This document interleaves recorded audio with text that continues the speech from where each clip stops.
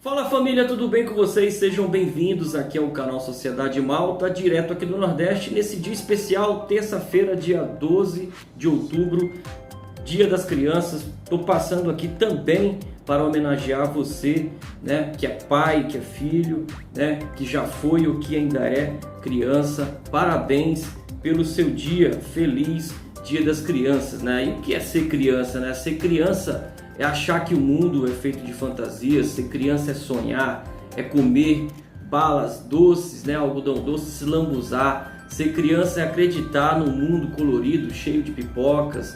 É olhar e não ver o perigo também. Ser criança é sorrir e fazer sorrir, chorar sem saber porquê, se esconder para preocupar os pais, né? Ser criança também é pedir com os olhos, é derramar lágrimas para nos sensibilizar. É isso e muito mais, é ensinar que a vida, apesar de difícil, pode tornar-se fácil com um simples sorriso.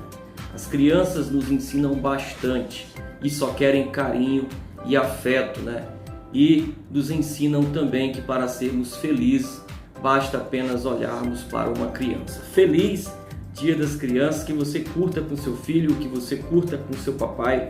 Hoje é um dia especial. E depois da vinheta te convido para a gente falar um pouquinho sobre as últimas notícias do Vasco. Tem aí o Diniz, né, tentando manter o time jogando bem, como foi no jogo contra o Goiás. O Andrei está vindo aí, voltando de lesão, vai estar à disposição uma semana para treinar e preparar o time para o jogo contra o Curitiba. Tem também aí um polêmico código de ética que foi publicado no site oficial do Vasco e que traz sanções aí a torcedores, né? Vamos ver aí o que essa diretoria pretende, né?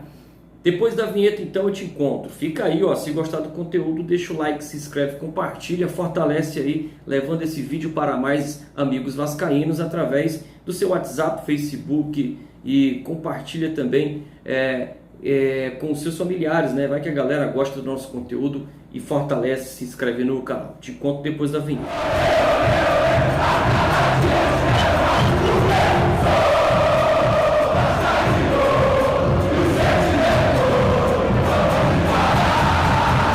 Futebol. Essa semana tivemos a notícia através do portal do GE que o Andrei está à disposição do técnico Fernando Diniz. Andrei vinha sendo titular do time, jogou muito bem contra o Goiás, mas acabou se machucando ainda no primeiro tempo. Uma das melhores partidas que o Vasco fez nessa Série B, para mim a melhor até agora. O Vasco foi extremamente competente naquele primeiro tempo e ali o Andrei então saía lesionado, ficou fora diversos jogos, né? Mas está à disposição para ser opção para o técnico Fernando Diniz diante do Curitiba nesse próximo sábado. O técnico Fernando Diniz tem tempo aí para pensar quem deve sair do time para dar lugar ao Andrei. Pode ser que o Peck saia do time e o Andrei faça a dupla de volância com o Bruno Gomes, adiantando o então dono do time, todo poderoso Marquinhos, que é intocável nesse elenco. Ninguém consegue colocar o Marquinhos do banco de reservas e temos sim motivos para isso. Afinal de contas, o Marquinhos Gabriel não é um homem interessante no setor ofensivo, não tem participado dos lances de gols, não tem conseguido fazer gols, não tem conseguido dar assistência e quando é recuado, o Marquinhos Gabriel não consegue ajudar na marcação. Então, para que serve o Marquinhos Gabriel dentro de campo? Seria ali o homem experiente do setor de meio campo para ajudar em alguma coisa? Temos visto que não, né? Bom, mas se as opções dadas pelo GE estão entre Gabriel Peck e Bruno Gomes, se tirar o Gabriel Peck, repete a dupla de volantes contra o Goiás. Se tirar o Bruno Gomes, troca-se apenas ali de volante, né? O Andrei assume a vaga do Bruno Gomes, que joga ali próximo ao Marquinhos Gabriel. E aí o Peck continuaria pelo lado esquerdo, dando um pouquinho mais de opção ali pela ponta esquerda, né? E aí tentando fazer aquelas triangulações entre Nenê, Riquelme e Peck. Coisas que nós vimos nos últimos jogos, né? Principalmente nesse jogo contra o Sampaio, ficou muito claro que o Fernando Diniz tem essa pretensão de aproveitar ali, né, a qualidade, né, ofensiva dos atletas, coisa que a gente não tem do lado direito, né? Bom, O bom disso é que o Fernando Diniz vai ter tempo, né? Tem aí uma semana para definir quem dará lugar para a chegada do Andrei, né? Quem diria, né, cara? Eu fui sempre um dos críticos aqui do Andrei. Hoje o Andrei passou a ser peça importante nesse elenco. Bom, e para fechar o vídeo de hoje, a gente vai falar sobre esse polêmico Código de Conduta Ética que foi publicado pelo Vasco essa semana no seu site oficial e que traz alguns pontos aí que são pontos bem críticos, né? Por exemplo, pasmem, sanções a sócios e a torcedores vascaínos, né? É realmente uma coisa intrigante, né? Você falar em sanção a torcedores que fizeram movimentos belíssimos, né? Que estão fazendo movimentos belíssimos de apoio ao clube.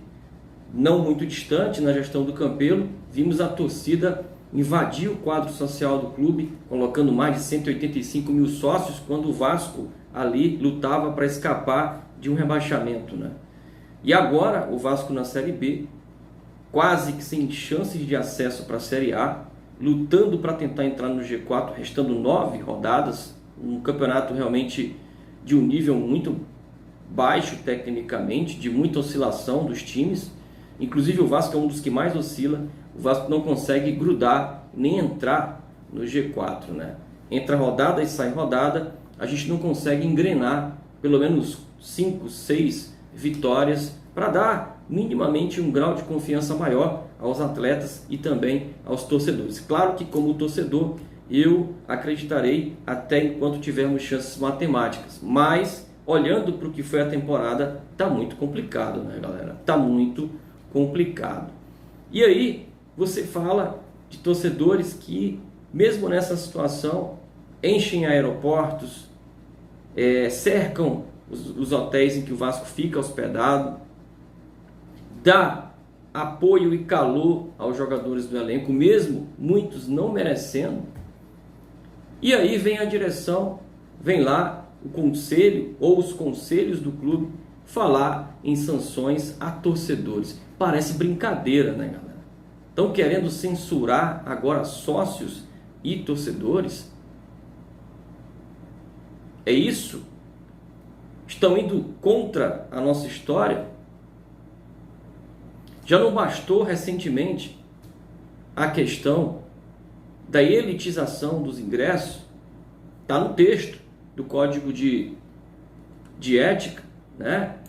A citação à nossa história, né? Foi citada a nossa história, que é um clube que lutou por direitos, né? E que a nossa reputação, né, está condizente a essa questão das lutas, né? Mas por uma questão de colocar mais popular o clube, né? Mas aí você pega e vende, limita o número de ingressos e coloca o preço lá em cima. E detalhe, hein? O Código de Ética fala, né, em combater conflitos de interesse. E aí vem um funcionário, né, que trabalha numa clínica e faz parte do corpo diretivo dessa diretoria do Vasco, faz parte é funcionário de um laboratório e o único laboratório que ficou credenciado para fazer os testes de Covid contra o Goiás foi justamente o laboratório em que o funcionário trabalha. Então, será que não tem conflito de interesse? Depois, né, conselheiros da Sempre Vasco foram lá e protocolaram um manifesto, né, pedindo aí que a direção afaste, né, a saída, pedindo a direção do vice-médico do Vasco, né, o senhor Rafael Cobo. É contraditório, né, cara? Parece que escrevem e não praticam, né? Por exemplo, lá no Código de Ética fala-se, né, em combate à fraude, né? Tem lá a citação a combate à fraude. E aí a gente viu durante a campanha eleitoral uma série de promessas, né, que foram feitas e que até agora a torcida do Vasco está tentando entender quando vão entregar, né? Pra ter uma ideia, está aqui, ó, no material está aqui a citação de que é fraude. O que seria fraude? É qualquer ação ou omissão intencional com o objetivo de lesar ou ludibriar outra pessoa, capaz de resultar em perda para a vítima e ou vantagem indevida patrimonial ou não para o autor ou terceiros. Caracteriza-se também pela declaração falsa. Olha só, galera, declaração falsa ou omissão de circunstâncias materiais com o intuito de levar ou induzir terceiros a erro. Aí eu te pergunto, já pode aplicar o código de ética contra o atual presidente do Vasco? Porque em campanha foi dito que já haviam bancos já compromissados com o clube, eles tinham saído de uma reunião, né, muito promissora, que alguns bancos já estavam certos.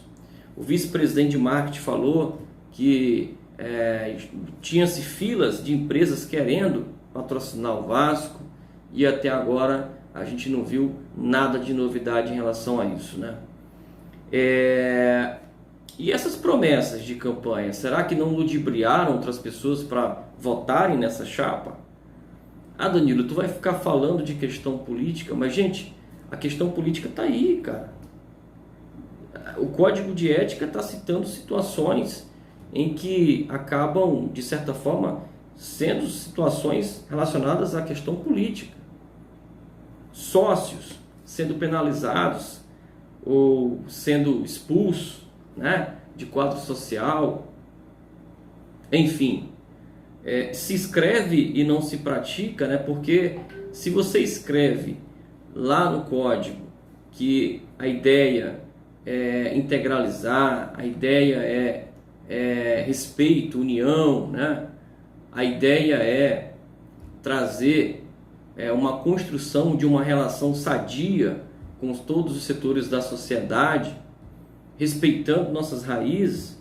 O Vasco não é isso, né? O Vasco não é isso que estão praticando. O Vasco é inclusão, o Vasco é popular, não é elitizado, né? Vimos aí recentemente contra o Cruzeiro, né? Colocaram uma carga de ingressos bem pequena, opção da diretoria, e com um preço elevadíssimo do ingresso. Detalhe, com um exame, um teste de Covid, altíssimo também o valor da taxa do exame. E o vice-médico do Vasco, Rafael Como, fazia parte da única empresa que foi credenciada para fazer o teste, ou seja, o torcedor não tinha outras opções mais baratas. E aí, como diz o Código de Ética, combate a conflito de interesse. Será que não tem interesse nessa relação? Fica a questão.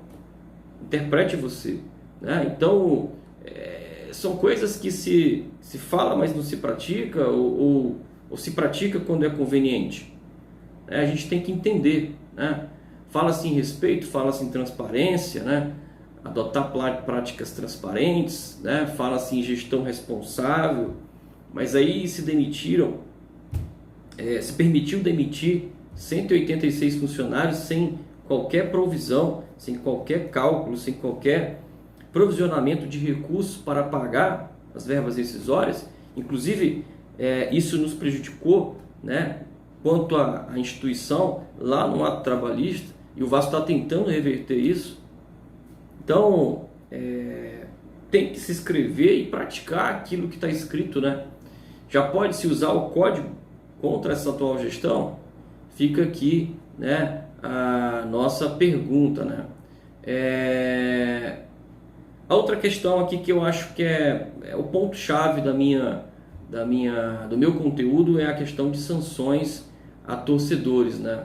A gente vai colocar na tua tela aí, né, algumas sanções que vão ser adotadas em relação à torcida. Sanções e medidas disciplinares. O descumprimento de qualquer preceito deste código, do Estatuto Social, do Programa Cruz Maltino de Integridade e Compliance, ou das demais normas internas de compliance e integridade do Clube de Regatas Vasco da Gama, seja por conduta comissiva, dolosa ou culposa grave e omissiva, sujeitará os eventuais infratores às seguintes sanções e medidas disciplinares após o curso do processo, que se garanta o direito à ampla defesa e ao contraditório, conforme o regimento interno do Comitê de Ética e Conduta do Clube de Regatas Vasco da Gama. Para sócios para sócios e sócios integrantes de todas as categorias associativas de acordo com a gravidade e impacto da conduta, advertência por escrito, suspensão dos direitos sociais pelo prazo de até 6 meses ou expulsão do quadro social. Aí vem aqui para torcedores e torcedoras, tá? É o item F. Para torcedores e torcedoras, de acordo com a gravidade e impacto da conduta, notificação extrajudicial, restrição temporária ou definitiva de aquisição do título associativo, restrição temporária ou definitiva do acesso às sedes do Clube de Regatas Vasco da Gama, observando, entretanto, a legislação vigente, ou ações civis cabíveis, né? Cara, é um negócio realmente intimidador, né? O código fala aqui, né, em não ameaçar ou intimidar, mas é intimidador, né? Realmente é uma coisa intimidadora, né? Vamos lá. O código traz na página 4 a aplicabilidade, né, deste código em relação a qualquer pessoa que atue ou represente o Vasco da Gama em qualquer esfera, independentemente do vínculo profissional ou contratual em especial, mas não se limitando a integrante dos poderes estatutários, independente de vínculo e posição hierárquica na estrutura social do Vasco, a sócios e sócios integrantes de todas as categorias associativas, a torcedores e torcedoras, quando lhes couber a aplicação do código, a colaboradores e colaboradoras, a atletas e comissão técnica, a parceiros negociais, os quais se comprometerão a respeitar as políticas e normas internas do Vasco da Gama, estabelecendo a relação de confiança mútua e de boa-fé, e profissionais da imprensa que cubram ou que venham a cobrir quando lhes couber a aplicação do código. Bom, galera, percebam que é, né, um documento que deixa muito claro, né, o processo de penalização, o processo de sanções, né, em situações que infringam o Código de Ética do Vasco, uso da marca, né, publicação de informações falsas, pirataria. Eu acho que até algumas coisas são interessantes e importantes a serem combatidas, né? Fake news, pirataria, embora a torcida do Vasco seja uma torcida de poder aquisitivo menor, mas não se justifica a pirataria. Cabe ao clube, através do seu marketing, lançar linhas e produtos bem mais acessíveis ao seu torcedor. E aí fica o desafio para esse clube, né? O clube que está nas mãos da atual gestão precisa realmente trazer, né, não só o código de ética a ser implantado, praticado de forma covarde, mas precisa dar opções ao torcedor para que ele possa enxergar que há realmente condições de se ter uma conduta padrão, já que é isso que querem, né? Como disse o Salgado um tempo atrás, o clube está dominado, só não se consegue dominar o ambiente externo, que através de influenciadores o clube precisa ter um controle maior sobre isso. E eu vejo que esse código de conduta ética visa justamente colocar a palavra lá, as palavras do presidente em prática, né? Eu acho que quando você estabelece que o código, né, ele tem como objetivo, né, padronizar, regulamentar, né, como o clube será falado, como o clube será reproduzido diante de um ambiente externo, você está colocando ali rédeas, né, sobre a questão de sanções, de penalidades a quem descumprir isso. Para mim, é um claro manifesto de censura à opinião pública, à opinião de quem está contrário ao que está acontecendo aí, né?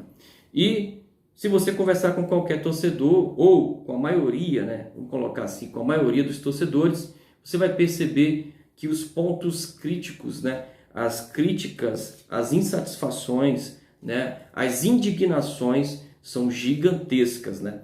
O código também traz avaliação do ponto de vista de desempenho profissional, né?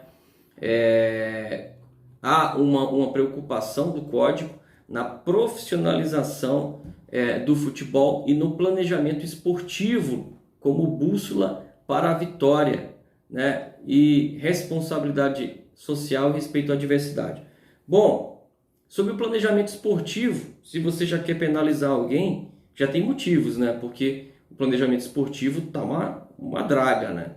A gente tem um diretor de futebol que contratou aí 12, sei lá, 13 reforços, e desses aí, 2 só chegaram e realmente mostraram que podem agregar. Um é o Diniz e o outro é o Nenê. Todos os outros você acaba discutindo se são peças importantes para o elenco ou se vieram para ser reforços do banco, né? Porque grande parte do elenco que aí está pode sim ser discutido para ser reserva da base. Tanto prova que o Hernando está no banco, tanto prova que o Rômulo é reserva, tanto prova que o Michel não serve, tanto prova que o Léo Jabá é reserva, tanto prova que o Morato não é um jogador indiscutível, né? E assim, tantos outros. Tanto prova, o Lisca veio e não resolveu, o Marcelo Cabo veio e não deu jeito. E aí, o nosso ano de 2021 foi jogado pelo ralo, né? Então, se já quer penalizar e usar o código para responsabilizar alguém e para adotar sanções, já pode usar, né, contra as mentiras que foram faladas em campanha que não foram praticadas no exercício dessa atual diretoria até então. Pode se aplicar também avaliando o desempenho e a responsabilidade dentro do planejamento esportivo do Vasco atual. É isso? Se você gostou, deixa o seu like, se inscreve, compartilha, leva esse conteúdo para mais amigos vascaínos. O vídeo está ficando muito longo, quero te agradecer. Fica na paz, fica com Deus e até mais.